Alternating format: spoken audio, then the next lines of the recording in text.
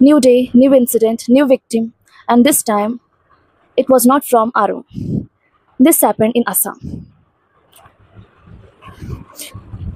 ಅಸ್ಸಾಮಲ್ಲಿ ಉಂಟಲ್ಲ, ಒಂದು 15 ವರ್ಷದ ಮಗುವನ್ನು ಅದೇ ಪ್ರಾಯದ ಆಸ್ಪಾಸ್ ಪ್ರಾಯದ ಮಕ್ಕಳು, ಅವರ ಸಹ ಮಕ್ಕಳೇ, ಅವಳ ಸಹ ಮಗುವೆ ಅಲ್ವಾ, ಬ್ರೂಟಲಿ ಆಗಿ ರೇಪ್ ಮಾಡಿದ್ದಾರೆ. ಎಷ್ಟು ಅಂತಂದ್ರೆ ಆ ನಿರ್ಭಯ ಕೇಸ್ ಉಂಟಲ್ಲ, ಅದಕ್ಕಿಂತ ಅದು ಭೀಕರವಾಗಿದೆ. ನಾನು ಎನಿಸುದು ನಮ್ಮ ಪ್ರಪಂಚ ಎಲ್ಲಿ ಹೋಗಿ ಮುಟ್ತಾ ಇದೆ ಅಂತ ನಂಗೆ ಗೊತ್ತಿಲ್ಲ. ಇದೆಲ್ಲ ಎನಿಸುವಾಗ ನನಗೆ ನನ್ನ ಜೀವನದಲ್ಲಿ ನಾನು ಪ್ರೆಗ್ನೆಂಟ್ ಆಗಿರುವಾಗ ನಾನು ಪಟ್ಟ ಭಯ ಉಂಟಲ್ಲ, ಅದು ನೆನಪಾಯ್ತು ನನಗೆ. ಸೊ ನಾನು ಡೇ 1 ನನಗೆ ಒಂದು ಹೆಣ್ಣು ಮಗು ಆಗ್ಬೇಕಂತ ಒಂದು ಭಾರಿ ಆಸೆ ಇತ್ತು, ಭಾರಿ ಆಸೆ ಇತ್ತು. ಅದು ನನಗೆ ಯಾವಾಗ ನಾನು ಪ್ರೆಗ್ನೆಂಟ್ ಅಂತ ಗೊತ್ತಾಯ್ತಲ್ವಾ, ಆವಾಗದಿಂದ ನನಗೆ ಒಂದು ಹೆಣ್ಣು ಮಗು ಆಗಬೇಕು ಅಂತ ಒಂದು ಭಾರಿ ಆಸೆ ಇತ್ತು. ಯಾಕಂದ್ರೆ ಹೆಣ್ಣು ಮಗು ಆದ್ರೆ ನನಗೆ ಒಂದು ಫ್ರೆಂಡ್ ಸಿಕ್ಕಿದಾಗೆ ಆಗ್ತದೆ. ಮತ್ತೆ ನನ್ನ ಮಮ್ಮಿಯ ಬಾಂಡ್ ಹೇಗುಂಟು ಹಾಗೆ ನನಗಿಂತ ಮತ್ತೆ ನನ್ನ ಮಗುವಿದು ಬಾಂಡ್ಸ್ ಹಾಗೇನೆ ಆಗ್ತದೆ. ಚಂದ ಮಾಡಿ ಡ್ರೆಸ್ ಹಾಕ್ಬೋದು, ತುಂಬಾ ಕನಸಿತ್ತು.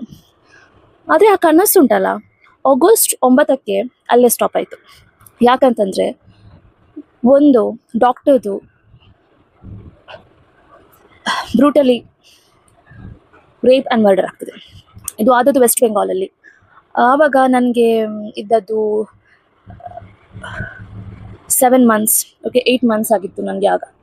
ಸೊ ಇಟ್ ವಾಸ್, ಆವಾಗ ನಾನು ಎನಿಸಿದ್ದು, ಆಗ ನಾನು ತುಂಬ ಬಾರಿ ಒಂದು ಯೋಚಿಸ್ತಿದ್ದೆ, ಈಗ ನಮ್ಮ ಕಂಟ್ರಿಯಲ್ಲಿ ಹೆಣ್ಣು ಮಕ್ಕಳು ಎಷ್ಟು ಸೇಫ್ ಆಗಿದ್ದಾರೆ. ಒಂದು ಹೆಣ್ಣು ಮಗುವಿಗೆ ಈ ರೀತಿ ಟ್ರೀಟ್ ಮಾಡಿದ್ರೆ ಅದಕ್ಕಿಂತ ದೇವ್ರು ನನಗೆ ಗಂಡು ಮಗುವೆ ಕೊಡ್ಲಿ, ಆ ಟೈಪಲ್ಲೆಲ್ಲ ನಾನು ಆ ಟೈಮಲ್ಲಿ ಆಗಸ್ಟ್ 9 ನಾನು ಥಿಂಕ್ ಮಾಡ್ಲಿಕ್ಕೆ ಶುರು ಆಗಿದೆ. ನಂದು ಸೀಮಂತ ಐತಲ್ವಾ, ಆವಾಗ ಸಹ ನಾನು ಅಷ್ಟೇ ಜಿಲೇಬಿಯೇ ತಿಂತಿದ್ದೆ. ಅಂದ್ರೆ ನನಗೆ ಅಷ್ಟು ಎಕ್ಸೈಟ್ಮೆಂಟ್ ಆಗಿತ್ತು, ನಾನು ಅಷ್ಟು ಎಕ್ಸೈಟೆಡ್ ಆಗಿದ್ದೆ ಒಂದು ಹೆಣ್ಣು ಮಗು ಆಗ್ಬೇಕು ಅಂತ.